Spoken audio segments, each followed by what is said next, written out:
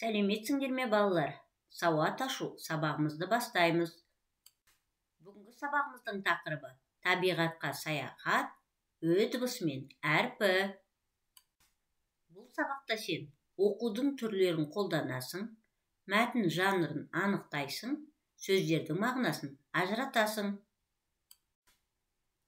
Біз балалар өткен сабақта Ö дыбысымен әрпімен танысқанбыз. Ö дыбысының дауысты дыбыс екенін білдік. Ö дыбысы жіңішке дауысты дыбысқа жатады. Ö дыбысы сөздің басында, орында кездеседі. Жұмбақ шешейік балалар. Аяз қысып, өрнек сызып, терезені торлайды. Қарға омбығып, бет домбығып, боран борап соғады. Бұл қай мезгіл болады? Бұл қай мезгіл балалар? Дұрыс айтасыңдар балалар. Қыс мезгілі. Қыс мезгілі өзінің қызықтарымен ерекшеленеді. Қыста балалар шанамен сырғанайды, аққала жасайды, шаңғы, коньки тебеді. Енді біз көңілді серуен мәтін тыңдайық.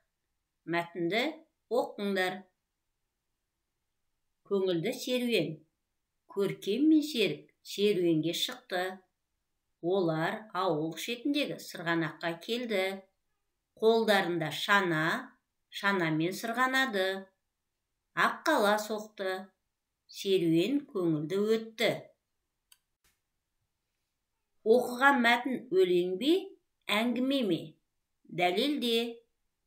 Сұрақтарға жауап беріңдер. Бірінші, Көркем мен Серік қайда шықты? Екінші, олар не істеді? Үшінші, серуен қалай өтті? Екінші тапсырма. Жаңылпашты оқы және жаңылмай жатқа айтып көр. Үйіне көрші, келді мекен көрші.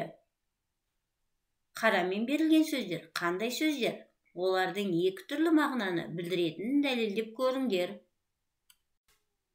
Оқулықтың 86 бетіндегі осы бірінші, екінші, үшінші тапсырмаларды орындаймыз. Дәптерімізге Ö әрпін жазуды жалғастырамыз. Жұмыс дәптеріміздің 13 бетіндегі Ö әрпі бар сөздерді әдемі көркем етіп жазайық. Сізге сәт балалар.